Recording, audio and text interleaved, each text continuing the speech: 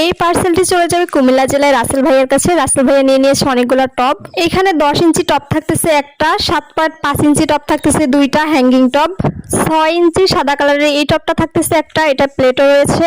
5.5 ইঞ্চি এই টপগুলো থাকতেছে একটা, আর এটা ছোট টপগুলা 4.5 ইঞ্চি এই টপগুলো থাকতেছে 5টা। এখানে 6 ইঞ্চি এই টপগুলো থাকতেছে একটা, এটার প্লেট সহ রয়েছে।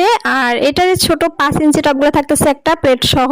এখানে সব থেকে ছোট টপ হচ্ছে এগুলা থাকতেছে দুইটা।